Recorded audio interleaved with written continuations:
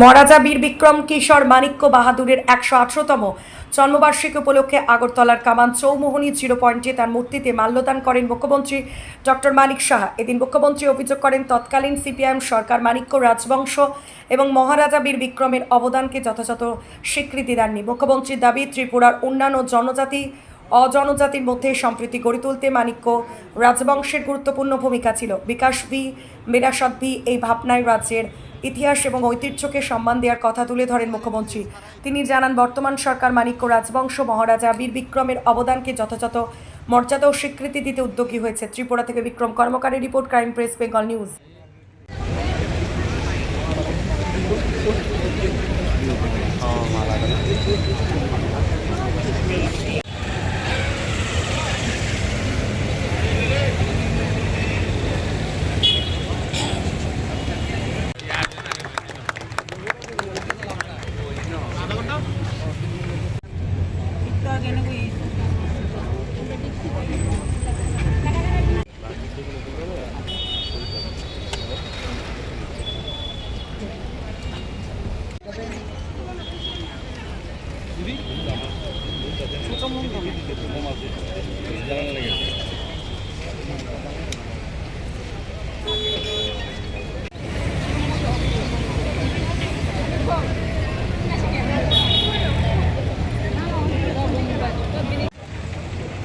এমনি দিও, সবাই দিও।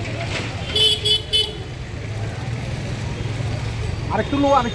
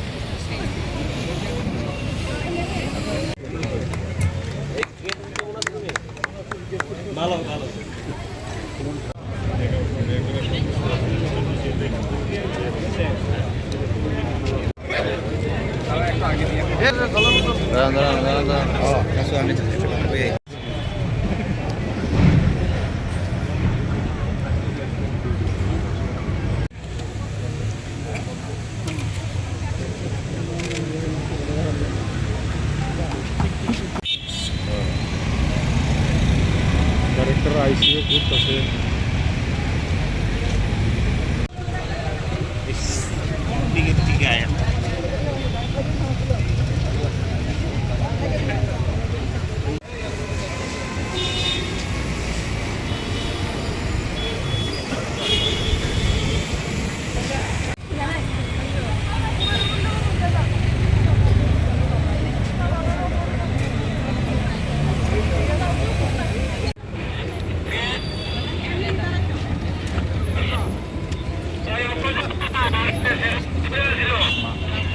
রাজাদের কাজকর্ম না, এর মধ্যে তো আর মানে কি বলবো, এটা তো আর বলার অপেক্ষা রাখে না। এটা তো উদ্দেশ্য প্রণোদিতভাবেই যাদের ইতিহাস সব মানুষ জানা উচিত, সেই ইতিহাস তারা ইচ্ছে করেই তারা জানতে দেয়নি। আপনারা দেখেছেন মাননীয় প্রধানমন্ত্রীজি বারবার বলছেন যে বিকাশ বি বিরাসত বি। আমাদের যারা দেশের জন্য কাজ করেছেন তাদেরকে আমাদের মূল্যায়ন অবশ্যই করতে হবে।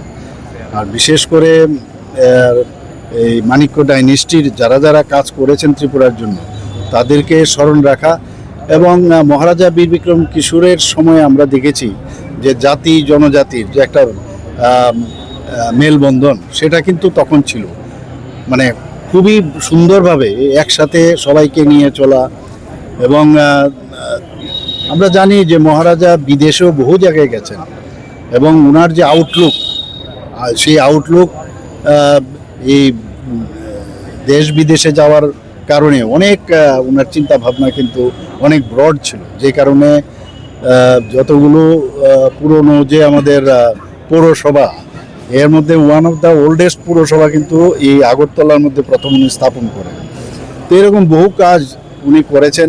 আজকে আমরা আলোচনা করব। আজকে রবীন্দ্র ভবনে প্রোগ্রাম আছে, সেখানে বিস্তৃতভাবে আলোচনা হবে। তো আজকে এখানে আপনি যে কথাটা বললেন, এর মধ্যে তো স্বীকার করার উপায় নেই। ইচ্ছাকৃতভাবে যদি মহারাজাদের কথা বেশি বলা হয়, তাহলে আমাদের যে আমাদের ইনস্টিটিউশনগুলো চলাটা সম্ভব হবে না। এই কারণেই ইচ্ছে করে ওনারা মহারাজাদের নাম তারা কখনই মানুষের সামনে আনেননি, তাদের অবদানের কথা একেবারেই বলেন, এখনও বলেন যে মহারাজারা কি করেছেন। আর আমাদের সরকার আসার পর আপনি দেখুন, আমরা বলছি যে মহারাজাদের যে অবদান সেগুলো ভুলে যাওয়ার মতো। দেখুন, আমাদের জন্য অত্যন্ত আনন্দের বিষয়, যাকে মহারাজা বীর বিক্রম কিশোর মাণিক্য বাহাদুরকে আধুনিক ত্রিপুরার রূপকার বলা হয়, এবং ওনার আজকে 118তম জন্মবার্ষিকী উদযাপন সমস্ত ত্রিপুরাতে আজকে আমরা সব জায়গায় আমরা করছি। এবং সত্যি ওনাকে যত ওনার সম্পর্কে বলা যায় ততই কম। ত্রিপুরার জন্য উনি যা করে গেছেন, এবং আমরা দেখেছি স্বাধীনতার পরে যেভাবে রাজরাজারা মহারাজারা একসাথে ত্রিপুরা ভারতবর্ষের জন্য যে কাজ করে গেছে, এর মধ্যে এই মহারাজা বীর বিক্রম কিশোর অন্যতম। আমরা সবাই জানি যে আগের সরকার মহারাজা বীর বিক্রম কিশোর মাণিক্য বাহাদুর বা যারা রাজন্যবর্গের যারা কাজ করে গেছেন ত্রিপুরার জন্য, তাদের সম্পর্কে একেবারেই ওয়াকিবহল ছিল। এবং ওয়াকিবহল ছিল না আর কোনো কথা আমি বলতে গেলে ওনাদের সম্পর্কে, ওনাদের ইতিহাস সম্পর্কে কাউকে জানতেও দেওয়া হয়নি।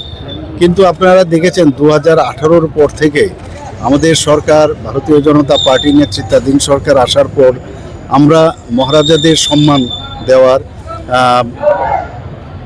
চেষ্টা করেছি। এবং আপনারা জানেন যে আজকে দ্বিতীয় বিশ্বযুদ্ধের শেষ পর্যায়ে এখানে যে মহারাজার নামে যে সিঙ্গার বিলে যে প্রথম ত্রিপুরার তরফ থেকে উনার নামে যে মহারাজা বীর বিক্রম বিমানবন্দর নাম করেছে। এখানে আজকে আমরা যেখানে এসেছি, আমি একদম যখন ছোট আমরা দেখতাম যে এখানে একটা আইল্যান্ড ছিল কামানচুঙির পাশে, যেটা কামানচুঙিটা পাশেই আছে, কিন্তু এই আইল্যান্ডের নাম গোত্রহীন।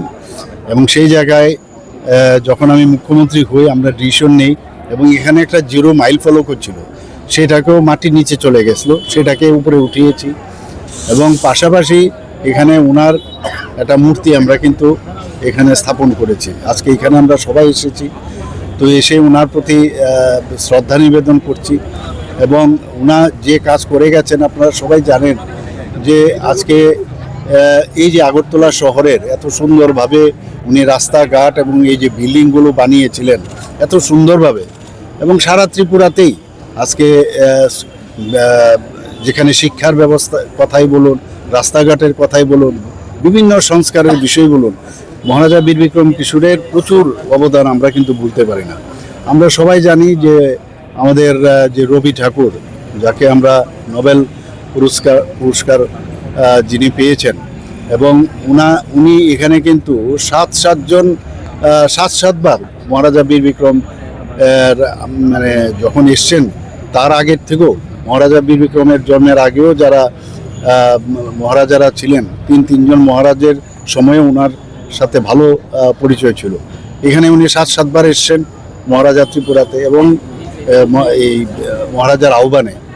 এবং এখানে এসে উনি, আমরা সবাই জানি যে রবি ঠাকুরের সাথে মহারাজা বীর বিক্রম কিশোরের একটা বিশেষ সম্পর্ক ছিল, এবং ভারতরত্ন হিসাবে কিন্তু ওনাকে, ভারত ভাস্কর হিসাবে ওনাকে সম্মান করা হয়েছিল। তো আমরা সবাই জানি, এবং আজকে এর জন্য আমরা সবাই একত্রিত হয়েছে। এবং ওনাকে আমার ব্যক্তিগত তরফ থেকে এবং আমার সরকারের তরফ থেকে এবং সবার তরফ থেকে, আমি ত্রিপুরাবাসীর তরফ থেকে ওনাকে আজকে শ্রদ্ধা নিবেদন করে আমি বলবো যে উনি যেসব কাজ করে গেছেন এই সম্পর্কে নেক্সট জেনারেশন সবাই যেন জানে এবং ওনার সম্পর্কে পড়ুক, এবং আগামী দিনে ওনার যে চিন্তাধারা, সেটা যেন আমরা সরকারও যেভাবে কাজ করছি ওনার এই চিন্তা ভাবনা কিন্তু আমরা আজকে কাজগুলো করে যাচ্ছি।